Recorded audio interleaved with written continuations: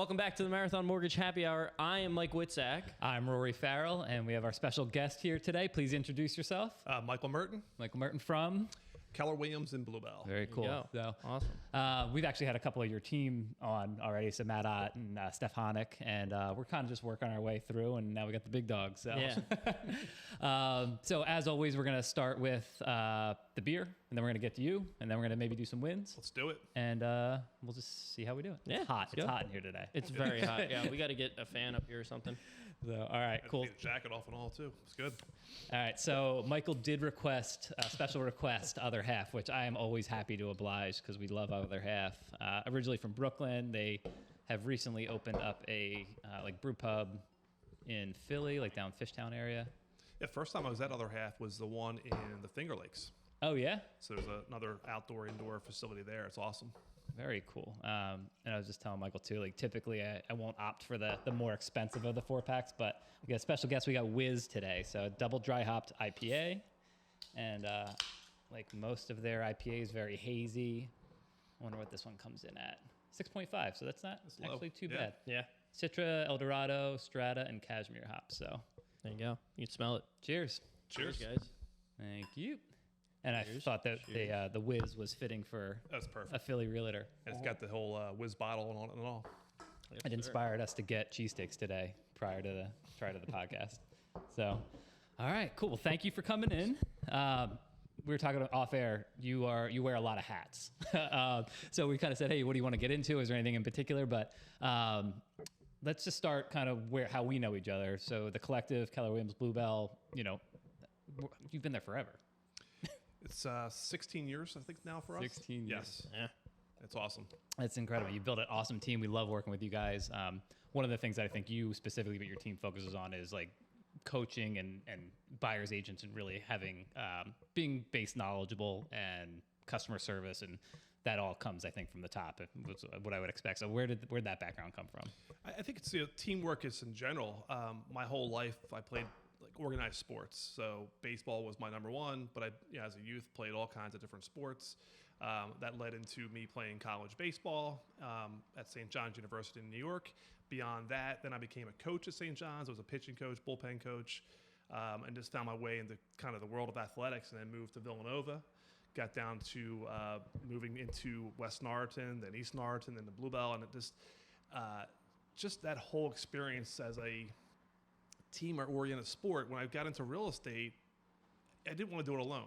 So joining a team, being a part of a team, organizing a team, and building out a team has always been, to me, the way to do it, and have some balance of life and have other professionals around you to share ideas. All that's so important to me. Yeah. I mean, I think that's what Tom did in our office as well. It's like when he hires people, he doesn't hire people who necessarily have the most experience or have like the best reputation or the biggest client list that they come in. He's like, how can we bring somebody in who is gonna work well with our vibe and our team, office culture? Yeah. Even our family, really. It's what it comes down to. And Yeah, it's totally. Like, I tell them all the time, like, I would not do mortgages if it wasn't for this company. Like, I'd be doing something else. So Yeah, we've asked that question of our own team members. Like, how many of you would actually have been in this business today still had you not joined a team? Oh, yeah. Right? There's some crazy stat out there. It's like 87% of the agents in the business are gone after the first 2 years in. It's a pretty challenging business. It's even more challenging trying to do it alone. Oh, sure. Especially if you have zero experience. Like me and him both came into this industry with zero experience. And the way that we learned was the collaboration of literally sitting in Tom's office and overhearing his phone calls shadowing. and having him like hand down work like little by little that we could do. First 6 months being here, I sat in his office every day and I would just watch everything he did. And it's like, that's why, but that's also why I can talk, being 3 years into this business or 3.5 years in this business, I could talk like somebody that's been doing it for 10, 15 years. I mean, like we had first the influx of COVID, we were doing 50 loans a month. So seeing so much business go through him. And then on top of it, just being in this office around everybody, you can bounce ideas off each other's heads. You can figure out how to get things done. So it's a very, very big thing that helps a lot of people succeed. And that's the idea, the name of the collective. The collective is, they call it the collective brain, right? So all of us bring unique things to the table, and every day, every week, we're going into battle for different, to win different offers for our buyers. We're experiencing the offers coming in from our listings, and sharing that amongst each other and being able to help each other at a moment's notice is what we collaborate and be collective about. Yeah.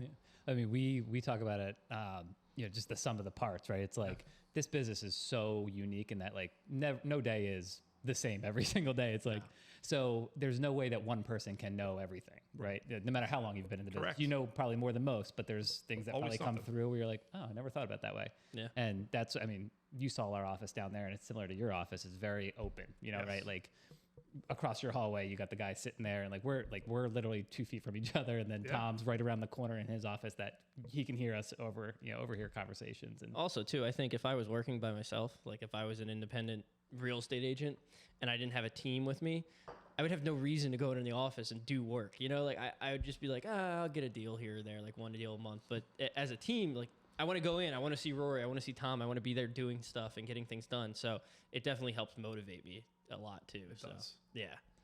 I feel like I haven't been to where is your office at? In Bluebell. I'm Okay. sure you've been there. Is it the Keller Williams? On Harvest. Okay, yeah. So I've been there before, there. and it's like, very open concept. You could bounce ideas off of everybody's head, see everybody in the office. It's awesome. Good. And it seems even intra-team, like, so you have like a bunch of really successful real estate teams in that office. Great office. Which is probably super helpful too. It is. Yeah, if you're stumbling upon something, you hadn't seen something before, there's more experienced agents than myself in the office that come to our team and ask for advice. Yeah. It's just because you're getting these ideas together and saying, I'm thinking about it this way, but is there anything else I'm missing here? Mm-hmm. Now, how did you, if you don't mind, like, how'd you go from being a baseball coach? Is that what you did prior to real estate? So you're coaching baseball, pitching coach, and then how did you kind of transfer into real estate? Did you like a friend that did it, or were you friends with somebody that got you into it? Yeah, it was family. So Okay. my cousin Jeff had started a real estate, team, small team, him, his wife, and one admin. And then at the time they needed, some help because the business was growing, and they needed help on the buyer side because the buyer side's pretty time Yeah, Sure. yeah, it's a lot. right? It's joke around. It's like two or three jobs. It's a day job of getting transactions to closing and finding new business. The night job is showing homes to buyers, and the weekend job is showing homes and writing offers as well. So like you're working pretty hard. So those early years, that's what kind of influenced me to join it. My mom, even when I was in high school, was like, you should get your real estate license. Yeah. I'm like, what am I gonna do with that? Prompted that? Like, how did that? Like, she just saw. I just a love value homes. in it? I've always loved the house. I've always loved improving a house. I always liked being around homes and designing them on my little Mac. And she's like, you should be in real estate. And it took me, a number of years. So I went from being a college baseball coach to a college administrator at Villanova, working in different special projects there. And it's just it's a great time. It's a great point in my life. But the income at the time wasn't there to support the growing family and the desires we had as a family. Yeah. Nice. Yeah, and you guys, and similar to us, like my dad, I don't know if you remember Dan Strockbine, he was a processor in this office. Courtney, who you just met, she's my sister-in-law. You and Tom effectively are family at this point. Pretty You've known much, them forever. Yeah. Tom's mom works in this office. So, and then, Stephanie works on your team. Yeah. Being able to work with family just makes things really nice. It's special, and you just get that extra time. I spend way more time with Courtney, who's my sister-in-law, than I do with my brother now. Yeah. I see that. So, all right. So let's move on from real estate. Unless you have something else you want to add. You're recently a part of a professional group. So talk to us a little bit about that. What's it called? What's the goals? What does it do? Why does it exist? Yeah, so this year is my year as the chairman of Tri-County Suburban Realtors, and it's a 9,000 member association of all real estate professionals and some ancillaries. 9,000. Yeah, it's a big association, and with some great people. So it seems like it could be overwhelming, but the leader of the group, the CEO, Anne-Marie, and her staff are phenomenal. What they do. So our role there as a board is to get together on a semi-annual basis or monthly basis. That does we have meetings. We talk about where strategically we're heading and what things are important to move forward. So they look to us for direction, but the grand scheme of things, they're so good at what they do, it makes our lives a lot easier as a board. I'm also on an HOA board that runs very effectively too as well. And having the people in place that first off care, right, about what they do and care about the organizations that we're part of, are the driving factors for why we're successful at those things. Formerly, I was on another board that had a really difficult staff, and it was really time consuming of us. And as a board, we're like constantly every day talking. It couldn't do that. So these two boards that I'm on now are phenomenally run with great people in place that, quite frankly, you're just help make decisions that are important to the overall group. And it's awesome. And I'll relate back to learning more about the industry and real estate, and it's kind of a different way to collect knowledge on different parts of the industry. It is. So this coming weekend, I'll be at the NAR mid-year meetings in Washington, D.C., and there's legislation talks. There's things that we can be doing as an industry talks. There's roundtables. There's all these great things that come about. And it's not just about helping us as realtors. It's about helping the community that we serve, the underserved populations, the affordable housing issues that we're running across in the marketplace, the inventory issues. Sure. They're all part of conversations that it's not just about the realtor. It's about the community that we serve as a whole. Absolutely. It's awesome. Yeah, that's great. I did not realize it was that big of that 9,000 people's a lot. That's the local. That's awesome. Yeah. That's awesome. Yeah. And then let's talk a little bit about your flips, because I saw something on your Instagram the other day about like who else is guilty of watching HGTV, and like I forget what it was, but like looking at when it was sold and what it went underpriced. I think we're all kind of a little nerdy in this industry is watching the HGTV shows.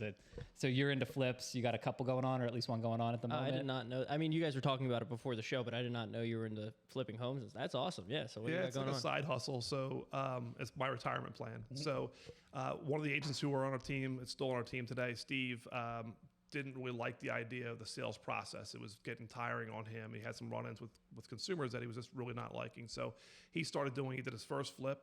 And then I had an opportunity to do one, and I said, Steve, you want to join me on this? Mm-hmm. And he's like, yeah, let's do it. And then ever since then, I think for a period of 5 years, Steve and I were working on we always had one in process. Okay, cool. And we just had a gap of about 6 months. We sold our last one in Horsham, and we didn't have one for a while. We're like, this is kind of weird. Were you itching? Right, yeah, we were itching. As if you're not busy enough. Right. But it's fun. It's like an outlet for me. It's like, watching HGTV and putting it in motion.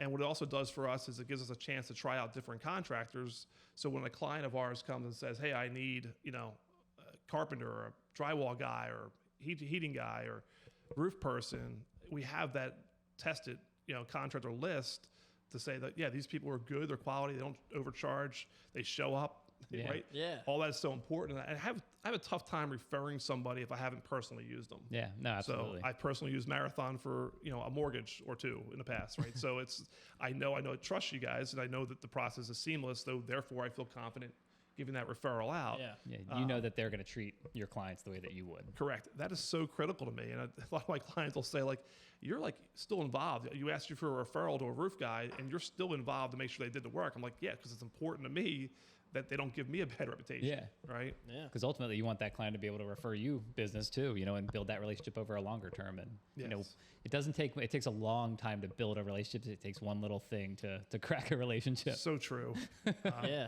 And the flips are fun. I mean, you're trying some new things out. This one we have in Horsham now is, we're considering, like, do we get away from the white shaker cabinet, right? Yeah. Try the new trend that's been trending from the West Coast, this direction, which is the white oak. Okay. We've been using white oak floors, but with the white shaker. Now we're looking at, like, all right, they just came out with a new line of white oak cabinets at our kitchen place. Like, let's have some fun. Let's try that out and just, balances things out. It is fun to be able to do that on a home that's not your primary, where you're like, this isn't as critical because, like, I'm stuck with it. But like doing something a little funkier, like going with a paint color or like a backsplash pattern that might be something that wouldn't fit in your house. But you're like, but. Now, do you hold on to any of them to like build your like a rental portfolio, or you kind of just get rid of them and sell? 3 holds now. Okay. But some of them, 2 of them, 2 now. Current, we had 3 where we had the former occupant who owned the home or was renting the home from the last owner, and we bought it at a foreclosure or bought it in a scenario, and they stayed in the home. One's been there for 5 years now. And wow. She's still living there. We wanted to flip the house, but she's a good tenant. Yeah. She takes care of the place like our own because it was her own in the past. Yeah, so, sometimes that works cool. out. Yeah. That's what I get, the itching feeling though. That's where I'm at right now. He's got a couple.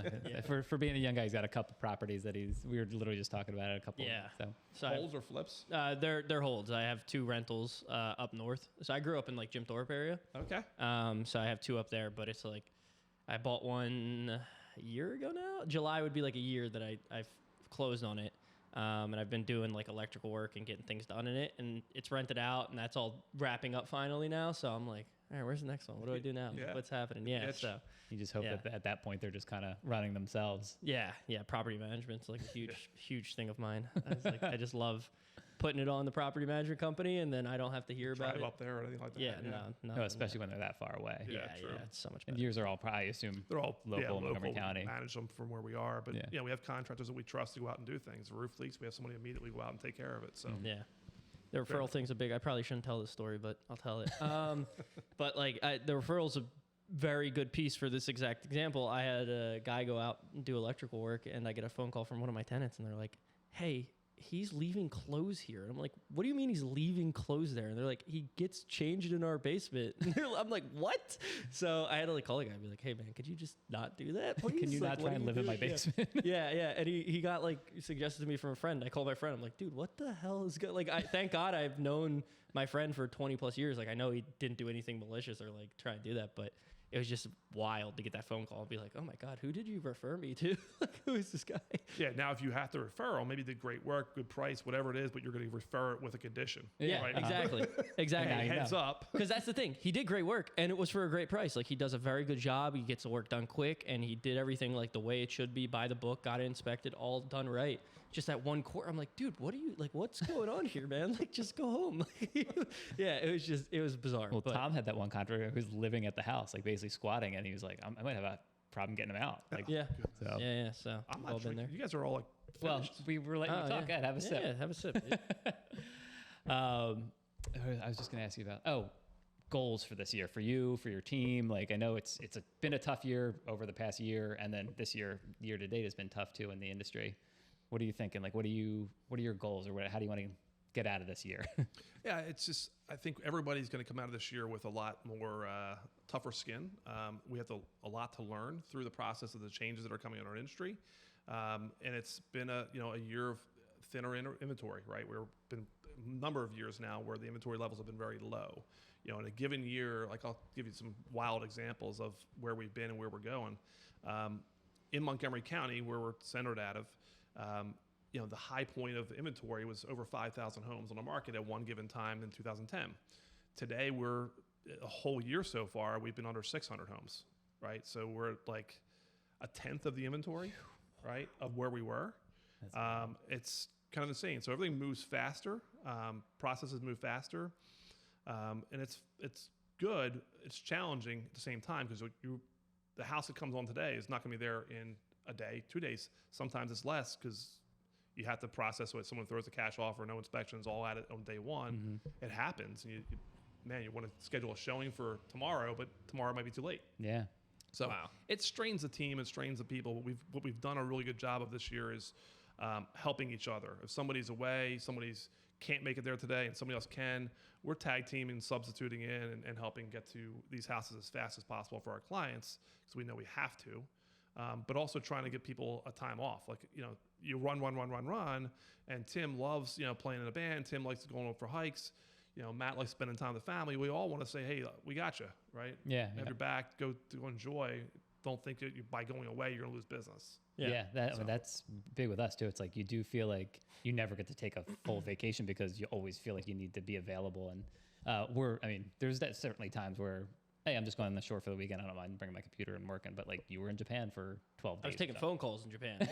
Right? 2 a.m. Yeah. But Tom was just gone, Yeah. just being able to get each other's back. And because it's so critical timing wise, like if someone asks you on a Sunday for an updated pre-approval or something like that, it's like, if you don't get it to them until 6 o'clock, like that might be too late. Yeah, for sure. And that's what, like, it's a big thing here, the same way with you guys, where it's, if I'm in Japan and I get a phone call, I could shoot Rory an email and be like, hey man, can you call this guy and take care of him and do this, that, and I don't got to worry about Rory poaching the deal or something like that happen. You know what I mean? Like I could just go to sleep at night knowing Rory took care of this dude. It's good to go. He has what he needs. And he right treated the client the way I would treat him. Exactly. Right. Same thing. feel, Like right?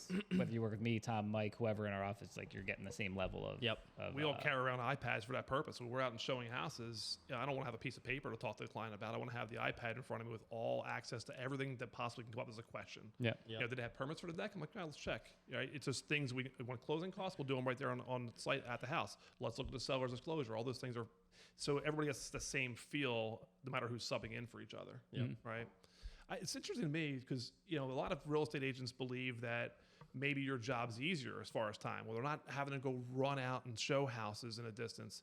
But I think to myself, because I know some agents ask you for, like, they ask you to run closing costs, where we're used to running our own, knowing the programs that you guys run with, and we just know how to change numbers and work through it. But the same thing happens to you. You're getting a call Friday night, Saturday night, Sunday night, because the offer's due by Sunday at 6, right? So your time, you're getting constrained and pushed on too from your clients. Oh, for sure. But not, I wouldn't, like, we always, Tom does a great job at looking at it from the real estate perspective, where, like, you guys are showing buyers homes. You might show a buyer home for a year and then they go buy a house with another agent. Like, that's devastating. Where, I mean, we're in the same boat. It's not as devastating, but we do get calls at weird hours and work weekends. And yeah. Well, I think the difference is that we can do most of our work just from our computer. Whereas, if someone calls you on a Saturday, like, you got to drop, hanging out with your kids and, like, whatever. Like, you have to drop everything you're doing and physically go somewhere. Be present, Exactly, So ours is a little easier in that respect, but but you're still being called at all hours. For sure. It's kind of the industry though, and I mean, that allows me to spend time with my kids every morning and have breakfast with them, because I know that, hey, I might get calls at 7 p.m. tonight after they're asleep, but I'd rather have this time with my kids, getting them up for school, getting breakfast with them, taking some time off for dinner, like bedtime, all that kind of stuff. I have young kids now; they actually want to hang out with me. Right? Yeah, it's cool, isn't it? It's not always going to be that way. So, and I think though too, like, you were just talking about how the inventory in this market is so crazy and houses are going so quickly. If we don't pick that phone up, they're going to call another loan officer and get pre-qualified with them, put the offer in. So it's like, we got to be doing what we can at this point in time to get the deals closed and get people in the homes and help them out as much as we possibly can. Yeah, it's in the back of your mind, I'm sure. Yeah, right? So it's, definitely. And I think it gives us, it's actually a good thing. It gives us an opportunity to show a value there that maybe other loan officers might not show. Yeah. You know what I mean? Like, even though it might be a pain in the ass to stop what you're doing on a Saturday afternoon and run home from, the kids' game or whatever, it's like, but then you did that for that realtor, and that realtor is going to remember that, and that realtor is going to remember that you called the listing agent on a Saturday afternoon to, so it gives us an opportunity to provide value that maybe wouldn't have been there in a different market. I just got that realtor because my clients were like, there was a realtor we were working with, and I had these clients for like a year and a half, and they were working, and she's like, oh, don't, Mike, loan officers typically only work till like 5, don't call him now. and the client was like, no, it's Mike. I'll call him now. Like, fine, he'll pick up. And that's what he did. He called me all the time, and I told him that. I was like, you can call me whenever. So it shows that we're doing what needs to be done. I'm curious, how much of your communication is by phone call versus text versus email? So when I get a text, I probably just call them, because I'm like, this is going to take so much more time to text you this.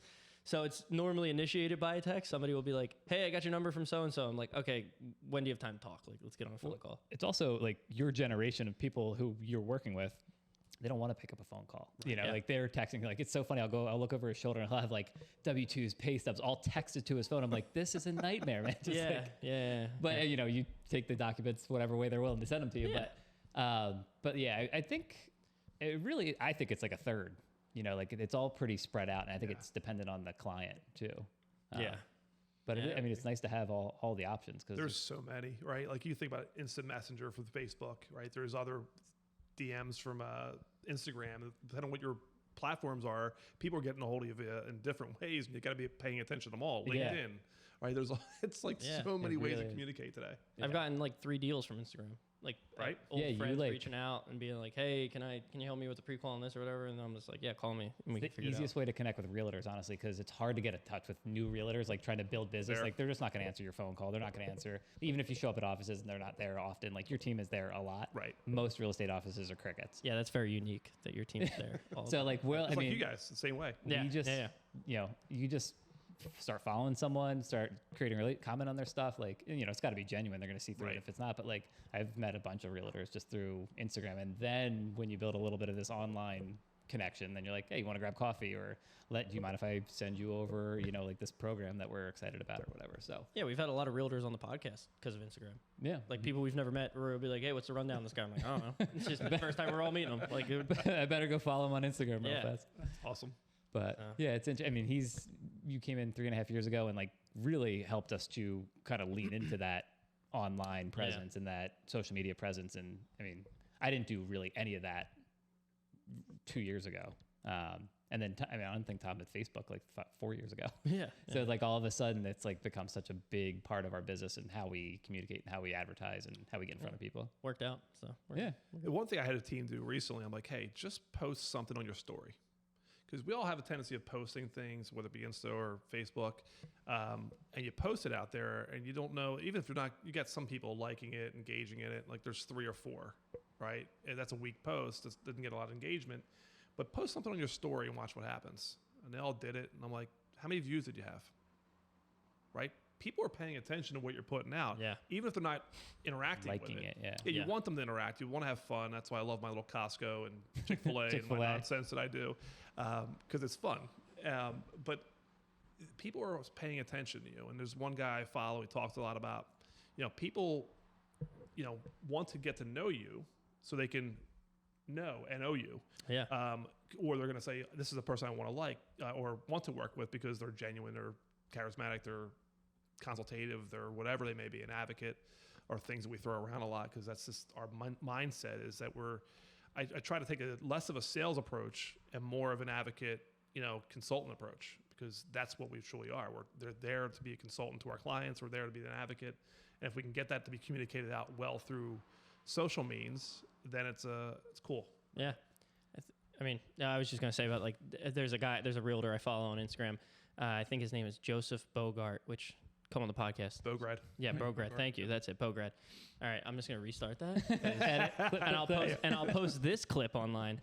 There's a guy on Instagram. His name is Joseph Bograd. Thank you.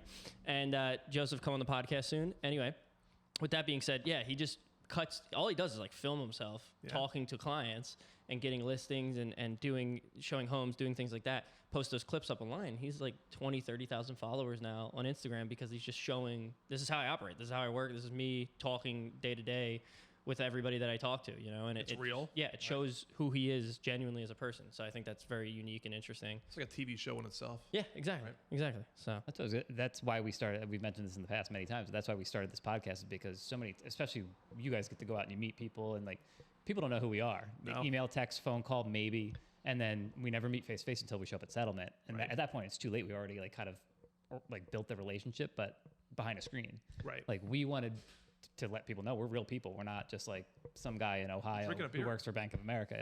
There's other interests that we have. We talk about our families. We talk about, your trips that you do. And we're real people. We're going to be able to connect on things other than just boring mortgage stuff. So we're going to do a really good job at that as well. But we're real people. We have real personalities. We talk a lot about in the business, agents who are new to the business have a difficult time referring other people in the cycle, right? So as a real estate agent, you are in the epicenter of the transaction. And you have a tendency to refer contractors, mortgage people, title people, movers, electric companies, whatever it may be, all the things you have to do through the process. We are in the epicenter of all of that. Now, when the client has bought into or believes in the agent is when they believe in the referral. So newer agents have a tendency of, for whatever reason, the vibes they put out, are working towards that ability to refer business to you versus saying, okay, you have a lender, that's great, we'll stay there. But as time goes on, the more that you are in this business, the more transactions you're involved in and trust people, right? Yeah. That, are local, it helps out. And then the better you get at referring or more into the business that you're in, the more of the buyers or consumers will believe in the referrals you're giving because they see you as a professional. No, we deal with that all the time because our realtors tend to be people who are newer in the business. So even if we get the referral the first time around, by the time they get a house under contract, we're fighting for our lives trying to, whereas Tom, not that Tom doesn't deal with this as well, but to a lesser extent, his realtors will push for him because they know he's the best. Right. And they don't